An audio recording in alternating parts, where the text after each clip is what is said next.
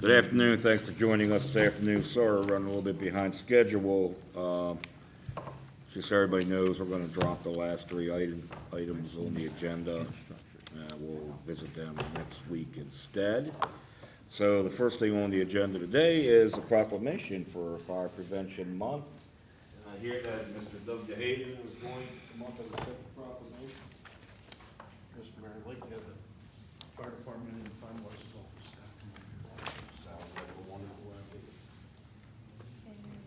Come on, guys, don't be shy. You're not shy any other time. Come on, Calvin. You cute little things. Oh, I'm happy.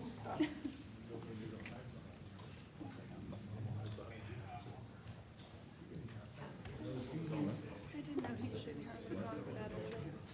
I do. Wait. We're still talking about that building. All right, well, this proclamation is for Fire Prevention Month, October 2019. Whereas the city of Hagerstown is committed to ensuring the safety and security of all those living in. Okay, let's try this again. Proclamation, Fire Prevention Month, October 2019. Whereas the city of Hagerstown is committed to ensuring the safety and security of all those living in, working in, and visiting the city of Hagerstown. And whereas fire is a serious public safety concern, both locally and nationally, and homes are the locations where people are at greatest risk from fire. And whereas home fires killed 2,630 people in the United States in 2017, according to the National Fire Protection Association, and fire departments in the United States responded to 357,000 home fires. And whereas smoke alarms provide an early warning of a fire, giving people additional escape time, the National Fire Protection Association reported that 4 of every 5 home fire deaths resulted from fires in homes with no smoke alarms, 40%, or no working smoke alarms, 17%. Whereas Hagerstown residents should install smoke alarms in every bedroom, outside every sleeping area, and on every level of the home. And whereas when the smoke alarm sounds, Hagerstown residents may have less than 2 minutes to escape to safety. And whereas Hagerstown residents who have planned and practiced a home fire escape plan are more prepared and will therefore be more likely to survive a fire. And whereas Hagerstown Fire Department personnel and its volunteer fire companies are dedicated to reducing the occurrence of home fires and home fire injuries through prevention, engineering, and education. And whereas a 2019 theme, Not Every Hero Wears a Cape, Plan and Practice Your Escape, this year's campaign recognizes the everyday people who motivate their households to develop and practice a home fire escape plan. These seemingly basic behaviors can have life-saving impact. Now, therefore, the support of the City Council, I, Robert E. Brucci II, Mayor of the City of Hagerstown, Maryland, do hereby recognize the month of October 2019 as Fire Prevention Month, and urge all residents to install smoke alarms in every bedroom, outside each sleeping area, and on every level of the home, including the basement, and to support the many public safety activities and efforts of the Hagerstown Fire Department in its community risk reduction campaigns. Want to say a few words? Thank you, sir. So, the Fire Prevention Week's always around October 9th, and I want to recognize the people from the Hagerstown Fire Department's career and volunteer staff, Fire Marshal's office that year-round works hard to make sure that this community and the citizens and workers in this community stay safe. They're often referred to as heroes for the work they do on going in, suppressing fires, rescues, up ladders, using the jaws of life and the other work that they do to make sure they're safe. But the real people, the real heroes, those that are not wearing the cape or the uniform, is the public. That public member that's taking the time out once a month to check their smoke alarm. That public member that's working with their family to practice, develop and practice escape plans. That public member that's checking for hazards and removing hazards from their homes and keeping their 2 means of egress available to their family. They're the real heroes, the citizens that are taking time to keep us safe. We're proud that of the 3,800 calls that these guys run, work on a year, that about 30 are actual fires. That's tough for a city this size and demographics this size to keep that number low. But it starts at home, and that's where we want to put the emphasis. The true heroes that aren't wearing the uniforms, that aren't wearing the cape, it's citizens that practice and work for fire safety. Thank you, Mayor. So I hear that this is your 35th year dedication to HFD? 35th plus a few months. 35th plus a few months. All right. Well, congratulations to all you guys, and I know that I see you all the time, going door to door, making sure that people have working smoke alarms, and when you guys got on the call, my dogs appreciate that too, because they hear your siren, and they let me know that you're out there somewhere. So it doesn't matter where you're at in the city, they hear you. So thank you very much for your dedication to the citizens of Hagerstown and ensuring that everybody's safe. We truly appreciate you guys, and you are truly unsung heroes. Thank you. Thank you, Mayor. Chief, you want to say a few words? You stole my thunder. I wanted to acknowledge Doug's 35 years of service with no end in sight. So collectively, what he was talking about is really a bigger form of something we've been talking about for some time, community risk reduction.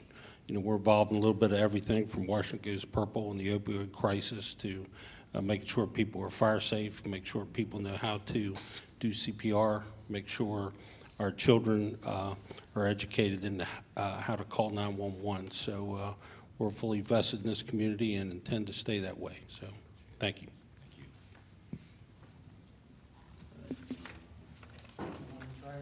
Well, you want to try it up here? Yeah. Can everybody up here on these two steps? We'll move all the chairs out. Yeah, maybe we can just try it here, one tight group. Yeah. 3 or 4 rows. Yeah. Yeah, bring the shorter people up front. Put the dog up front. Dog always goes up front. Yeah, Calvin up front. Yes. So you won't block the dog.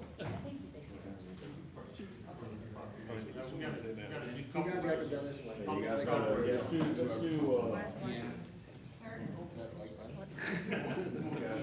Come on, guys. Bring in, help the photographer. couple video down here. There we go. Way to grow. Here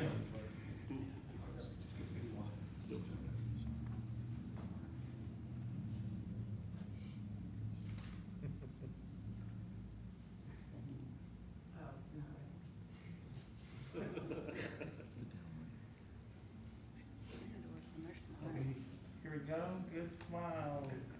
1, 2, 3. Doggy heard you. I'm just gonna take one more. Good smiles and 1, 2, 3. You want council in there as well? Nah, it's okay. Okay.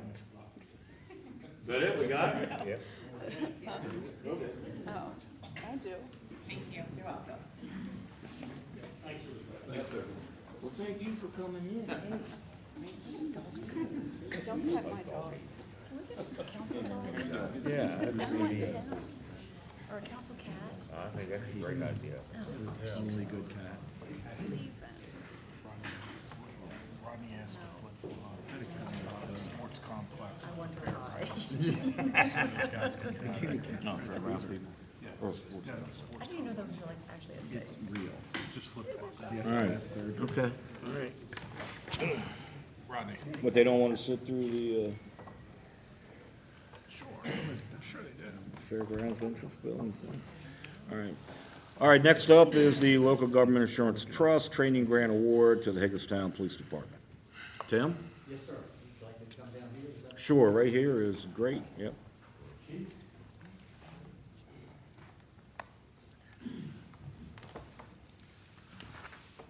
Sorry, I want you to sit up here with you. Okay, sure. First of all, thank you for having me here today. And one of the biggest and best announcements I have is our latest and newest legit board member is Emily Keller, your council member. And she attended our retreat last month. and was a big help. Someone that understands insurance and translated a few things for some of the board members and helped my life a whole lot during the retreat. But with that said, I'm here today to present a training grant to the Hagerstown Police Department. And I want to compliment you on this and compliment the chief and the sergeant on this grant. It's for emergency vehicle operations training, and I'll have the sergeant, if it's okay, describe how the training goes. But it is a grant that really goes to the core of some of the problems we're having with claims at Legit. A couple of them are excessive force, employment-related claims, but quite frankly, we're having a lot of traffic accidents, and a lot of that's driven not necessarily by your department, but departments across the state. And I really want to compliment the department and the city for being proactive in this. And so with that, I'll turn it over to the sergeant. So we've been pretty fortunate to find this grant. What this has done is allowed one of our lead instructors, Doug Hay, who's sergeant, to go to this training. And what it does is it really helps focus on some of the things that we're seeing that's causing these accidents. As you know, police vehicles are a lot different now than they were, even 15, 20 years ago when I first started. There's computers, there's all kinds of things in there. So we really want our officers to be able to focus on the task at hand. And this training goes above and beyond to kind of bring up some new principles. What Doug's going to do is take what he's learned from this training. He's going to put it in our annual in-service training. We'll be able to use some of our cars, go out there and do some of the principles that they've learned through this. So I think it's really going to help reduce the accidents we've had. I'd say in the past 5 years, about 72 at-fault vehicle accidents. So we're expecting this to reduce that significantly. And we'd just like to extend our appreciation to Legit to help us out with this.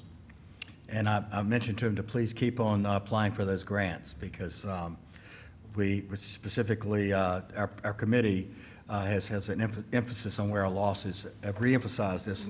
They want to give the grants where the losses occur. And so I've invited him to apply a couple more times this year, if at all possible. But I'm here today to present a check for $1,127.92.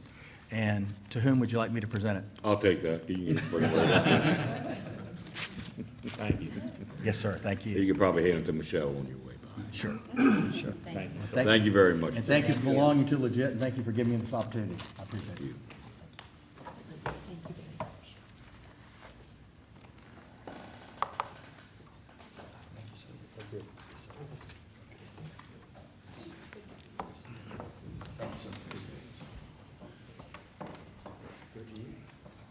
That's fine, yeah. All right, next up, the Maryland Theater pre-grant opening update.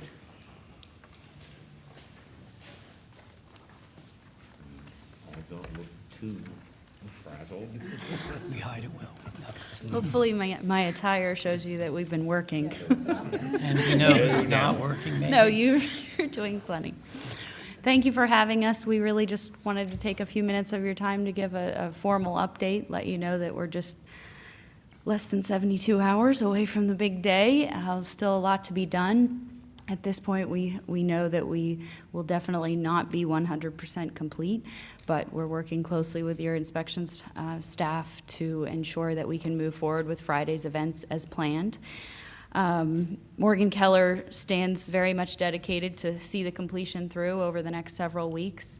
I think the majority of items that are unfinished will not be visible to you or the general public. Some of them will be, but not all. And most importantly, I want to say that every day, every week, we're getting contacts from local businesses, local nonprofits, local schools that we have not worked with previously, and the reservations through 2023 continue to come in.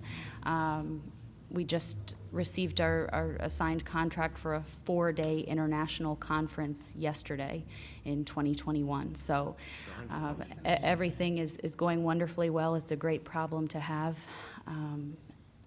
So things are going well. Yeah, no, well, I first of all want to thank you very much, the City Council. I look back over the last 8 years, I found my first presentation that Jessica and I stepped up and we gave. It had 4 or 5 bullets. The 5th bullet was shadowed out gray. It was rebuilding the Maryland Theater. We had hoped to accomplish the first 4 to restructure and everything, but here we are 8 years later. We know that it was a lot of risk because a leap of faith to step up with the volunteer board, a great staff, and a lot of hope that we'd actually be here today, thinking about we're 72 hours away from a grand opening of a beautiful facility.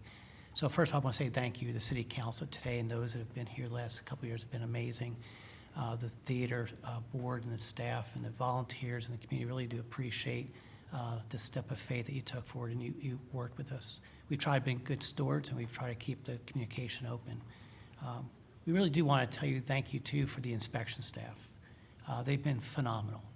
Every step of the way, they've worked with us daily, hourly sometimes, making adjustments to help us kind of make adjustments and working with us as the schedule adjusts accordingly. And we couldn't be out here doing this without their support. And then really excited to kind of tease a little bit about the fundraising announcement we'll have on Friday. So that's all we'll say about that.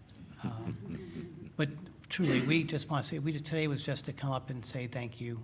We're looking forward to the ribbon cutting, and it's going to be a wonderful addition to the downtown. And as Jessica alluded to, we have a lot of people booking events several years out. And I think the partnerships that are evolving with the city, the businesses, the partnerships amongst other organizations that are coming through are really wonderful. That's what we want. It's a community project. And the So first thank you. one loads in Sunday, so first client arrives. So thank you. It's incredible. Congratulations. Yeah. Congratulations. Yep, Yep. So we're excited. appreciate it. Thank you. See you Friday. See you Yeah, Friday. see you Friday. Absolutely.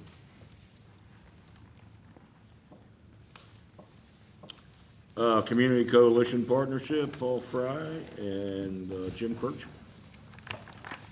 Pass it all the way around to Scott. It's a tough one to follow. It's going to be a great day on Friday.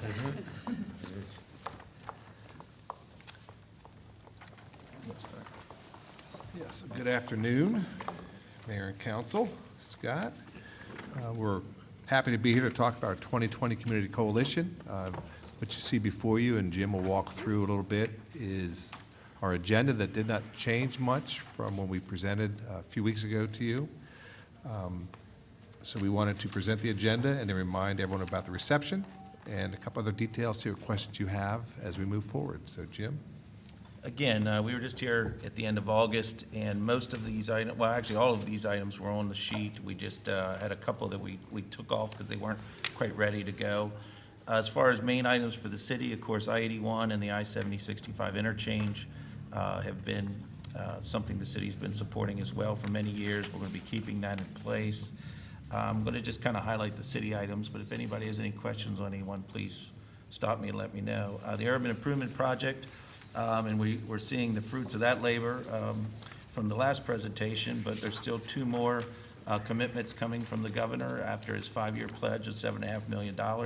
That'll be $4.5 million over the next 2 years. We're going to still want to make sure we work to keep that in the budget. We're not anticipating any problems there, but again, this is going to be a tough financial year for the state, so we want to make sure we keep pressing that they finish that funding as planned. The sales tax exemption for small aircrafts we had last year, we're going to make another go of that. There was one item, I believe it was under this section, community revitalization. There was a placeholder for possible legislation on blighted housing that was put forward. We removed that because we didn't have anything specific yet. If something materializes, that of course can always be added back on or looked at for the 2021 session. But that was one change from last year under the community revitalization category. Under the tourism, Williamsport is still working on their national park headquarters. They have a little bit of gap funding there they're going to work to get. The multi-use sports and events center, I know the council approved phase 2 last year. There isn't really a specific ask yet identified for the 2020 session, but as this moves forward, we realize that phase 2 won't be finished until this time or a little later next year. But we're going to still try to continue to promote the project as it stands on what the current plans are, as well as look for any opportunities for any other funding sources or project management options that we may have through the Maryland Stadium Authority. There's been a couple new developments statewide in regard to the Pimlico Racetrack in Preakness, trying to maintain that in the city of Baltimore. They're going to be utilizing the Maryland Stadium Authority. That's still a brand-new plan that just came out in the paper earlier this week or the end of last week. We're going to look at that, if any legislation poses there, and whether or not there's something we can piggyback on. But again, anything, of course, is contingent on local approval to move forward following the Phase 2 study of this project. Another item here for the city is the BMX track. There's a bond bill that looks like Delegate Quarterman may be putting in for that. We're going to try to support that. That will help our Convention and Visitors Bureau attract a national competition for BMX. That's quite a lot of racers, as well as very minimal logistics. The city already has a wonderful facility at the BMX track at the fairgrounds. To qualify to get these national races, you need lighting, you need some audio, sound, some bleacher type of setups. The goal is we could try to get some state funding to get that completed for the bid that the CVB will be putting in April. If by chance that funding doesn't come available, the CVB's got a backup plan where they would look at try to renting some of that material to still qualify for the bid. Let's see. Education, that was on there before. HCC is looking at putting in some solar parking lots coverage, and there's some state fund, a special fund they're going to look at to help finance that. Medical reimbursement levels for our EMS services. Our Commissioner Meinelschmidt is looking into that from the county side, but that, of course, benefits all EMS providers. If we can increase the Medicare reimbursement rate, if that can move up in Maryland, then that'll mean more money for all of our EMS companies. And we've all seen some of the financial challenges that they've had here recently. The prisoner release bill, again, we're looking at some other options there. I know our state delegation, a couple members have had some conversations with the Secretary of Corrections and trying to look at improving some of the negative aspects of having a prison system in our county and some of the residual effects of that, trying to see if we would prevent some of the prisoners being released if they were arrested in their own area, that they be returned to their own area a few months before they get released. And then, of course, we have our normal watch list, which we have every year. Again, nothing new has developed there. The highway user revenue, I think the city's up to about 90%, which has made Rodney a lot happier these days. And we've seen the benefits of that as you, of course, drive through the city and see what's happening with Potomac Street. So there's some good things happening there. However, we want to make sure that funding continues to increase back to the old levels, as well as having a longer-term plan for that funding. The current plan is set to expire in 2024, the current commitment. So we want to still follow MACO and MML's lead in highway user revenue. One item that I believe was here in August, but in case it's not, actually, I believe this is new, but it's just a watch list. The community colleges have been looking at trying to help run some of the logistics for the Maryland Promise Program. Currently, that's done at a state level, and the belief at the community college president level is that if the community colleges handle those logistics locally, they'll have better acceptance of that money, as well as help speed the time that money moves forward. There's possible legislation going into place that'll help direct that control to the local level. We're going to follow that. And then I think the big items, of course, are the Kerwin Commission's funding for education. How's that going to impact our community? We're going to want to follow that item, as well as the school construction component as well. A couple of information sheets that we always try to do to promote each year is the USMH. We're going to have that again this year, as well as add in some more exposure for the Dolman Black Heritage Museum. They're going to have a table at the reception. I believe our Convention and Visitors Bureau is going to be meeting with them to help provide that table, funding for that table at a reception, but to give that a little more exposure as they're kind of taking another step forward into trying to get a full-time facility. So that's the summary. Again, there's not a lot of new items there or anything really new from the last time we were in August, but if you have any questions, we're happy to help as we can.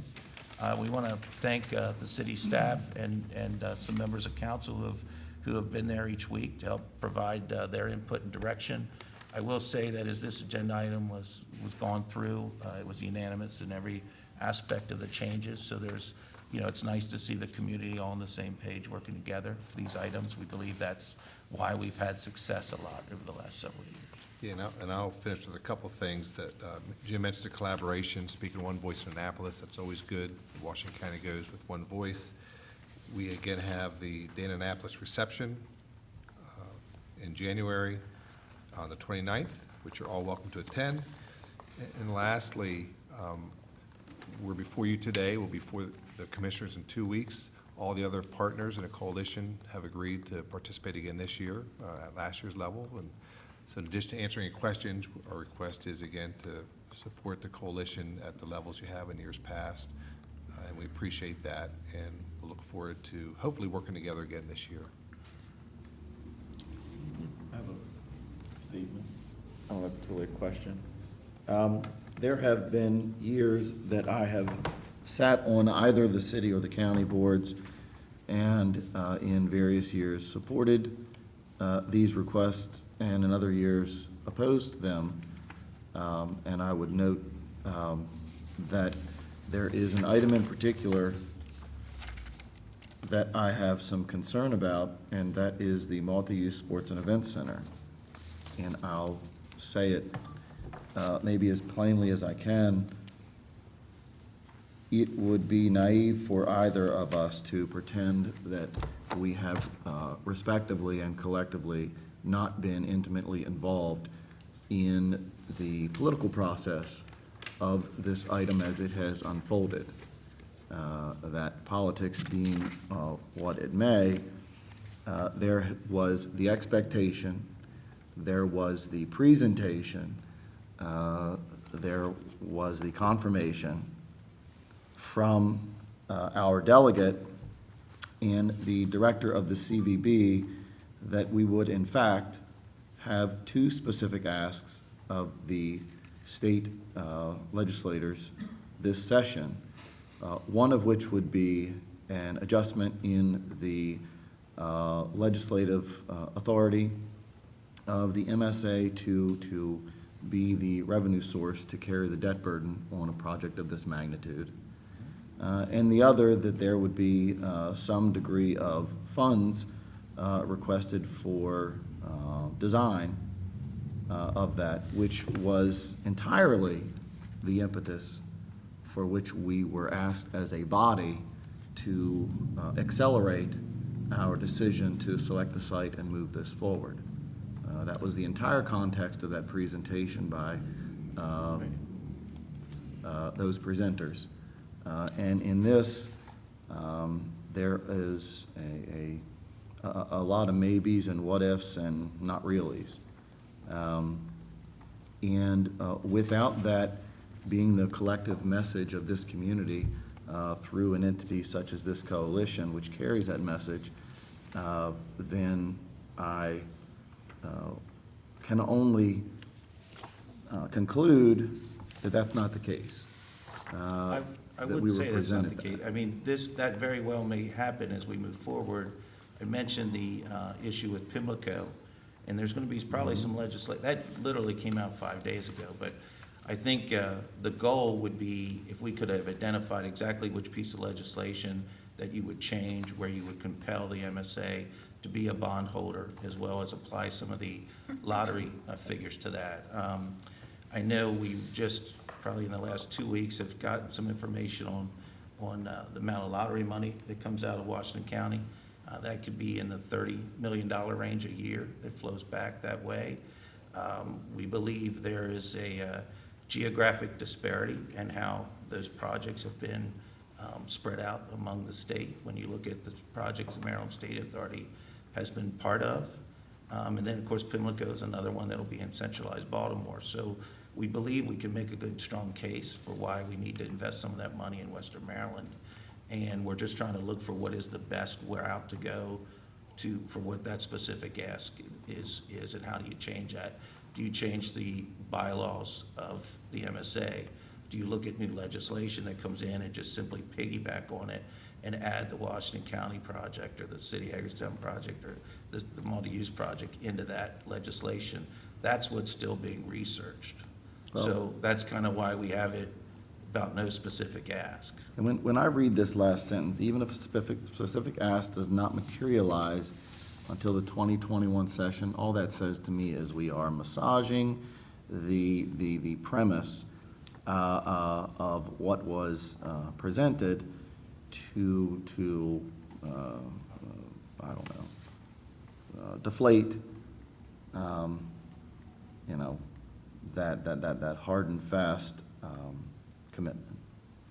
So, Well, as far as, you know, a request, if you want us to change that wording, I don't think anyone's opposed to the wording in there. We were just hoping to have it very specific, as this is the legislative change, this is again, the bylaw issue, and right now, it's a complicated process. So we have people reaching out to members of the Maryland Stadium Authority, trying to better understand what was done in the past in Baltimore, down for the Convention Center in Ocean City. So we're still trying to work through that. I believe you're probably going to have a very specific thing identified here in the next 3 months, but we just don't have that done yet. Well, I appreciate you adding that on the list, and I know that Delegate Corder and I talked about that a little bit this morning. So hopefully it'll be moving in the correct direction. We can keep would like to everybody see. updated on that, and certainly something develops when it's finalized. Any other questions for Kirchable or Paul?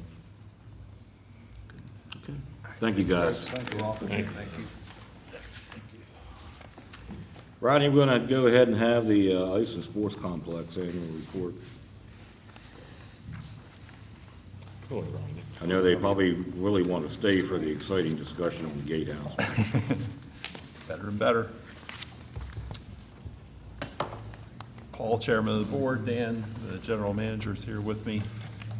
It's that time of year, our agreement requires them to come in and give an annual report, and without further ado, I'll just turn it right over to you, Paul. Great. Thank you, Mayor and Council. We really appreciate everything you do for us, and we're going to give you, I think, a pretty good report here. So if I know how to make this work, Rodney. This is our annual report. You look there, that shows all the different groups that we have that use the facility. You see pictures of the Kodiaks up there, figure skaters, different adult leagues, the kids leagues, youth rec leagues. The North Stars is the high school team, the Mayhem and all women's team. We're at capacity pretty much. What is HI AAA? It's the Hagerstown Ice Amateur Athletic Association. We're a 501c3. We were formed back in 2014. We currently have, I believe, 14 board members representing the different user groups, and we just completed our 5th fiscal year. This is just some numbers. Public skating revenue, I can't really read it. Just goes from 2013 to 2019. We had a little bit of a dip this past year. That could have been a combination of several things. We did raise the prices a little bit, but I don't know that that was the direct cause of that. Sometimes wintertime, snow comes. If it comes at the wrong time, we don't have as much public skating available. The adult teams that we have using the rink, we have 6 teams in our upper adult hockey division, 10 in our lower division. It's called the Rec League. We have an all-female team, and we have a sled hockey team, but we had 624 adult hockey registrations throughout last year. So there's a lot of, you wouldn't think about it, or think about it was true, but we had a lot of people playing hockey out there. Youth programs, we have 7 teams, I believe it's actually 8 this year. The Hagerstown Youth Hockey Association, there are 2 different high school teams, both the North Stars and the West Virginia Vipers. We have 3 developmental programs, power skating, learn to play hockey, youth rec league. Those programs we're very, very excited about. Our youth numbers have grown dramatically. We had almost 300 children registered in the youth hockey programs. The Learn to Play hockey program is something that we coordinate with the Washington Capitals. They provide equipment from head to toe for, I think last year was over 50 kids. And the Youth Rec League is blossoming. We have, what, 4 teams, 3 or 4 teams in the Youth Rec League now. Figure skating is still very popular. We have the Hagerstown Edge Learn to Skate and the Hagerstown Edge Figure Skating Club. We had over 333 registrations for Learn to Skate last year, which is 105 more than we did the previous year. This is just kind of a little breakdown of what we do. Pretty much we meet monthly, every board meeting. We look at the rink functions and try to figure out what we can do to improve. Each HIAAA board member chairs a committee to ensure that the workload is not put on one person. We have a new ticketing system which has been implemented to alert any sort of management repairs. The physical state of the ice and the boards is very good. We took the ice out again this past year, put it back in 2 weeks. We've done that how many years in a row, Dan? 3 now. Okay. We might not take it out this year coming up, but we'll see how things go. All bills are current. As a matter of fact, if you remember, we came to you a couple of years ago about purchasing a Zamboni. I'd like to let everybody know that it's more than halfway paid for at this point. It was a $127,000 purchase. Our debt is more than halfway paid. We've got new security cameras installed. We continue to make monthly payments on the Zamboni. And Dan, our interim general manager, retired as full-time GM last spring. He's doing a great job.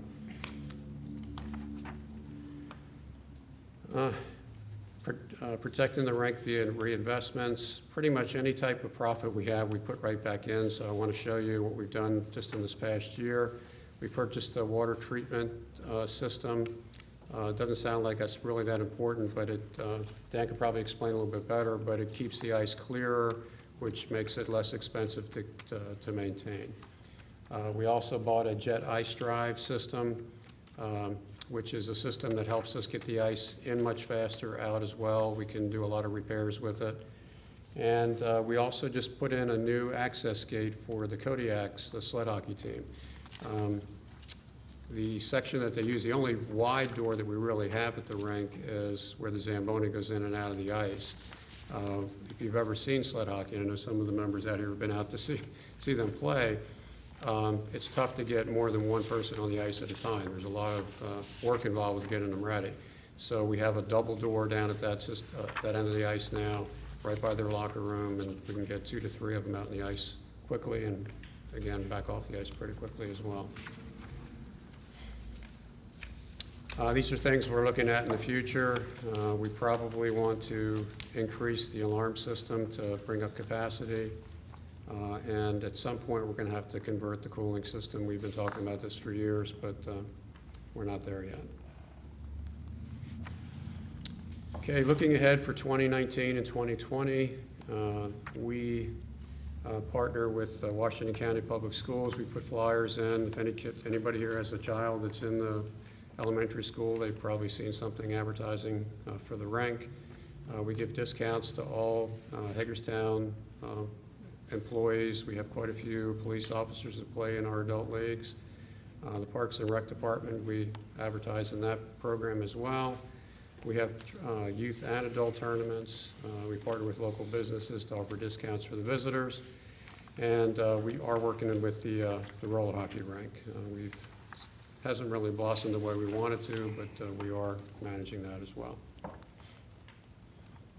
Okay, this is our vision for the future. We want to add another sheet of ice. Additional ice time would allow for more teams and individuals to participate in sports. We have a subcommittee that's met over the last 2 years to produce recommendations for this moving forward. We've made progress. We are hoping to be able to present an additional floor plan with costs before the end of this year. We've been working hard. We've got some designs put together. We're going to get some pictures out, and we haven't contracted with them yet, but we've contacted a fundraising company that's going to help us with raising some funds for that. And our plan, again, is to have this be a combined, public and private enterprise. So that's pretty much what I have. If I remember right, when you discussed the rink expansion with this body, I think they asked that you put together a business plan on Yep, how we that will. would all work, so I assume that's still in the Yeah, works too. yeah, we have all that coming. Great. Okay, any questions? Yeah. Any questions? No, I'd just say these reports used to be, years ago, very painful and very long, and now they're very nice and very brief. And congratulations. Well, thank you for that, and again, the guy sitting right behind me is the one you really should be thanking. He's done a terrific Thank job you. at the rink. So, Thank you, guys. thank you. Thank you. Thanks for coming.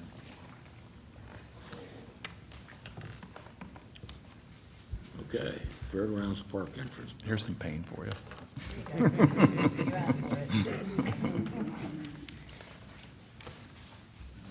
So, everybody knows what the structure is. I just want to make sure everyone understands that the building, the city made a decision in 2002 to mothball the building. That's basically to make the exterior watertight. We put in new windows, we painted it, and that work was done. And to do that work, we received grants from the state of Maryland, and those grants had attached to those were the requirement that the building be placed in an easement, that the building can't be removed, and that the building has to be kept. So now fast forward here, 17 years later, the building is starting to show a lot of decay again. Our staff tried to keep up with it for a while, but it just got beyond what we could handle, along with our other responsibilities.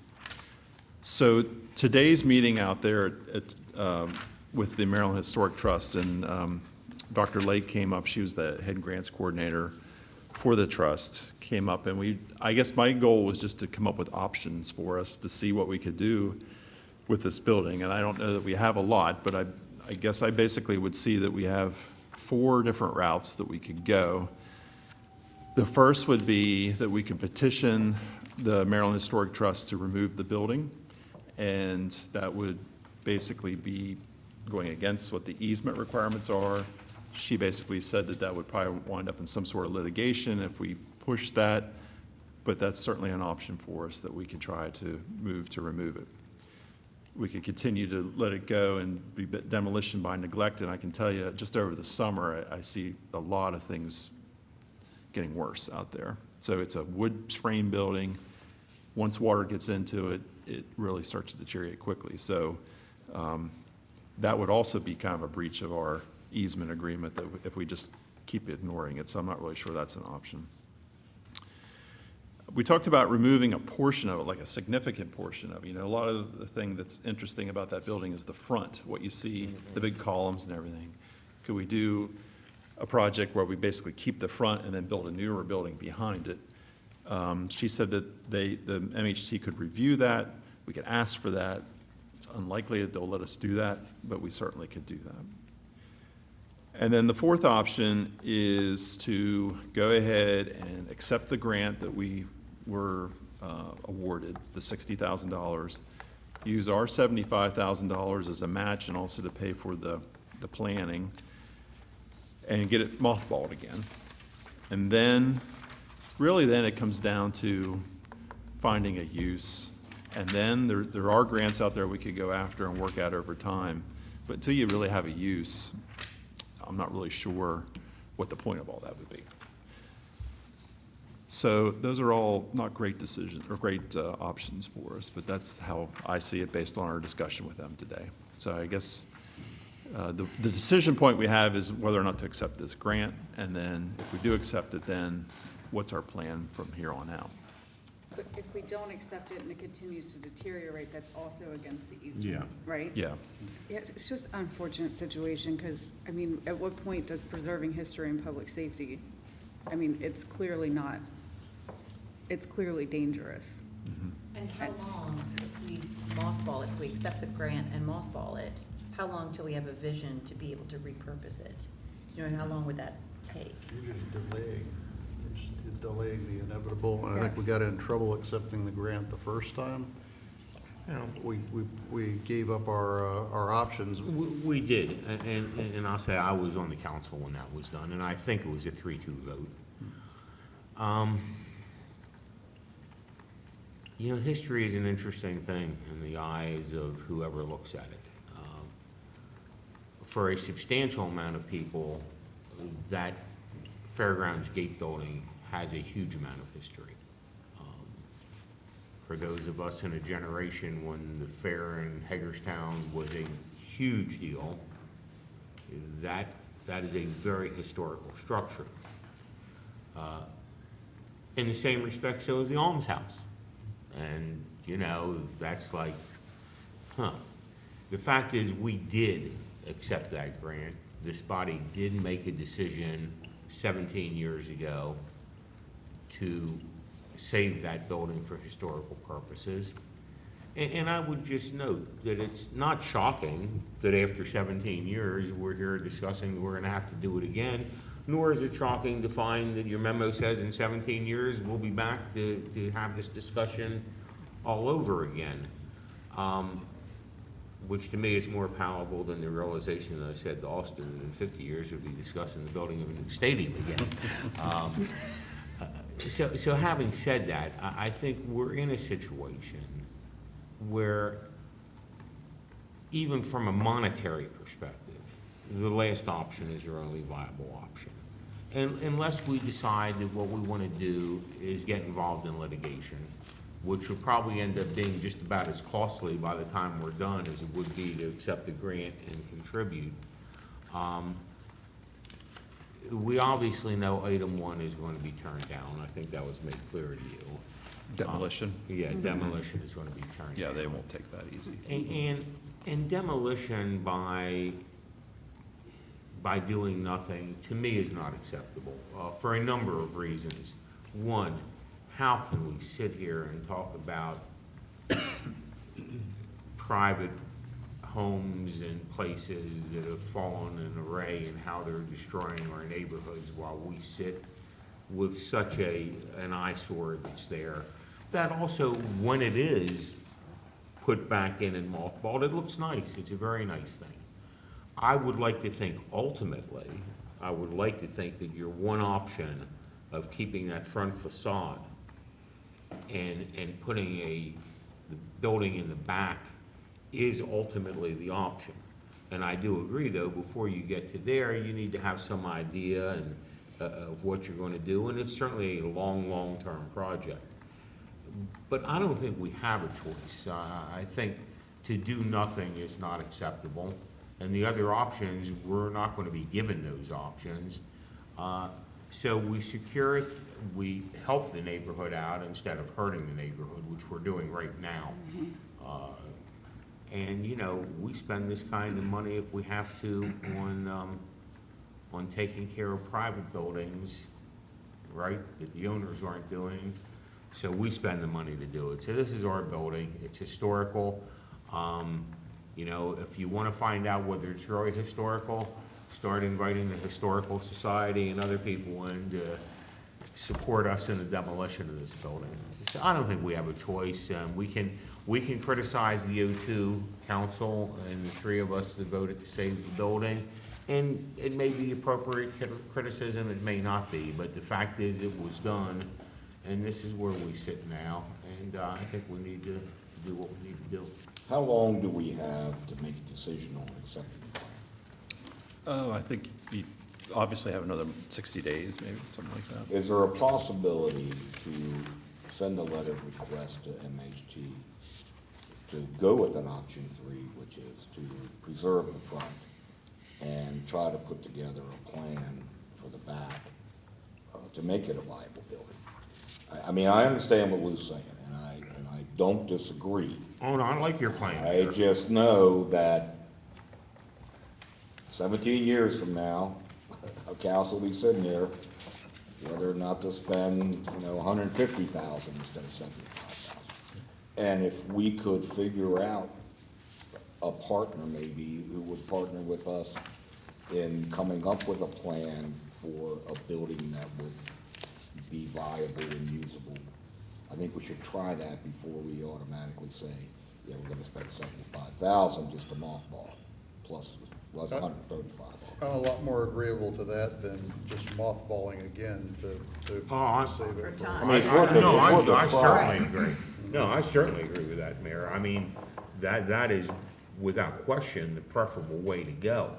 And we also heard from others out there that said that as far as grant funding goes, if we apply for grants, it comes with a match. But if we partnered with a nonprofit that would apply for the same types of grants, there may not be that matching requirement. We found that out on working with the Jonathan Street community on some of the parcels down there over the last couple of months, and the same goes here as far as historic preservation goes. So in the meantime, as the mayor said, the 60 days, if we could maybe investigate that a little bit more, maybe that would I be think it would another be great. option. It's a great I mean, it's wonderful, you know, walking through it today, it's not as scary as I thought it was going to be, but, You know, years ago, they had the train were Yeah. displayed there. Yeah. In the 80s, maybe even It's the 90s. definitely a cool building, but and there is a natural amphitheater there. I just want to throw There that is. out there, so. But we're just gonna in run into case. the same thing we'll run into in the Jonathan Street corridor, is that the longer this goes, the more chance it's going, you know, it is gonna fall in. Or something else is gonna happen, somebody could get hurt. Yeah. And, That's my so problem. we need, Right. it needs to be pressed. Yes. I mean, the walls were shaking, like Ronnie pushed on the walls I and wasn't they in were that area. shaking, and that's terrifying. I mean, I guess we do have to think about what does the community need and what does the community want, you know, in that area where we have a BMX area and an ice rink and, you know, what could go there? So involving the That's community. really and- the key. It's Right. going to be Yeah, kept. fit in with the fairgrounds and all the things that are happening. I think we can come up with It's a something. beautiful spot, so. Okay. So we're going to at least investigate for 60 days the possibility of partnering with someone. So I'll write a letter, go to the easement people at the Maryland Historic Trust and ask them how far they'd let us go with Well, modifying the You know, building, altering the building. We have a duty to our citizens to figure this out. And I believe that the Maryland Department of Planning has a duty to our citizens to help us figure this out and not hinder us when it comes to this. Okay. Thank you. Thanks for I the might have tour you, today. I might write a letter for you to send down. Sounds great. Okay. I may Thank change you, it. Thanks All for right. the tour today, too. Yep. It really was helpful. hey, Rodney, I think we're gonna have to meter the handicap spot from the circuit here. So, well, we said, Okay. All right. before we move it all the time. Okay. I'll take Thank you, Rod. Thank you, Rodney. City Administrator, any comments from you? Yes, two. The first would be, as far as the vacant and blighted housing legislation goes, I'll be at the fall conference with MML on Monday and Tuesday. I'll be meeting with the legislative committee on Monday to talk with some other cities that are experiencing the same issues and potentially work together to try to make it a little more flexible for us to be able to take action on vacant and blighteds that are not in tax sale or some sort of delinquency status. That gives us a little bit more control of blight eradication in the urban core. So those discussions will be had next week. And also this weekend, Harvest Toe Down at the fairgrounds, 1 to 4 on Saturday. So, as you know, hospice takes care of many, many patients in our area in Hagerstown and their families. And one of the things that, when we were all deciding the criteria for a city administrator, was someone that was involved in community events. And I just have to give a huge shout out to our city administrator, Scott Nicewarner, who was in a crazy wig and did everything that I thought was a good idea. And so I really still firmly believe that it was a great decision, and I thank you very, very much for doing that with me. You So- made a great Nina Blackwood. Yeah, I did make a great, I'm not a good blonde, but thanks. It was fun. $100,000 they raised. Wow. Yeah, That's great. $100,000, and they really support the families and the patients that they serve. So anyway, thank you. Great job. That it? That's it. So Mayor, and fascinating, wonderful weekend we're going to have this weekend. You've been around a long time. I do not recall in my history in this community having 2 United States senators and the governor all in Hagerstown at the same time, with 2 major groundbreakings to take place, or ribbon cuttings, with the Thomas Kennedy at 1 and the Maryland Theater at 4:30. So I just congratulate everybody involved on these 2 major achievements, and look forward to welcoming our senators and the governor on Friday. The weather's going to be good, too. The weather is going to be good, I have no doubt.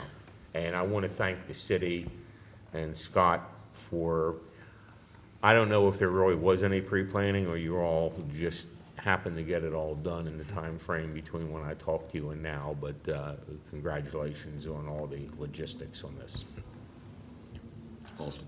Yeah, I'd like to echo what Lou said. Thanks to the codes and inspectors and everything for helping to push the Maryland Theater project forward. And give a shout out to the hospice organization too. I enjoyed the dinner immensely, and if I'd had a couple of good waiters, it would have been even more enjoyable. But had fun anyway. Yeah, we can't say that. No. No, That wasn't. the wait staff was actually adequate. Wow. Well, it's a shining I guess that compliment. counts. Yeah. And good for Neighborhood's first picnic also. Yeah. Yes. Krista? Just a question, I know it's got moved off the agenda, but is there a reason we're going to discuss the hedge item along sidewalks? Is there? Yeah, Was there there is. interest in changing? There are a few examples of areas that are in compliance 75% of the way, but where the last 25% is that there's plenty of room between point A and point B, but it doesn't go the whole way back to the beginning of the curb or the sidewalk. And I know that there are many individuals in this community who are currently in violation, I being one of them, whose shrubs have creeped out over top of the beginning of the sidewalk, although my sidewalk's 6 feet wide. We need to triple the penalty then. Yeah. So, you know, I mean, the question has been posed that, you know, are we, if there is adequate room, if there is 5 feet, or if there, which, you know, ADA compliance is 4 feet, we require 5 feet, correct, Rodney, on new construction? Right. So, you know, are we going to hold to, you know, 5 feet and the hedge, you know, even though there's at least 4 feet? And if that's the case, what are we gonna do about the outside seating in downtown where there's not 5 feet? And so, I mean, it's, you know, if there's adequate room, if there's more than 4 feet, is that sufficient in the eyes of people who traverse on that sidewalk? I would hope that if that's the impetus for the discussion, that we reach out to the folks with those specific needs to gain some of their perspective on what we deem adequate and what they deem adequate to traverse those sidewalks as part of that discussion. You mean like the ADA people? I'm talking folks that do it in a wheelchair every day, yeah. Emily? I don't have anything either, so we're adjourned. Thank you.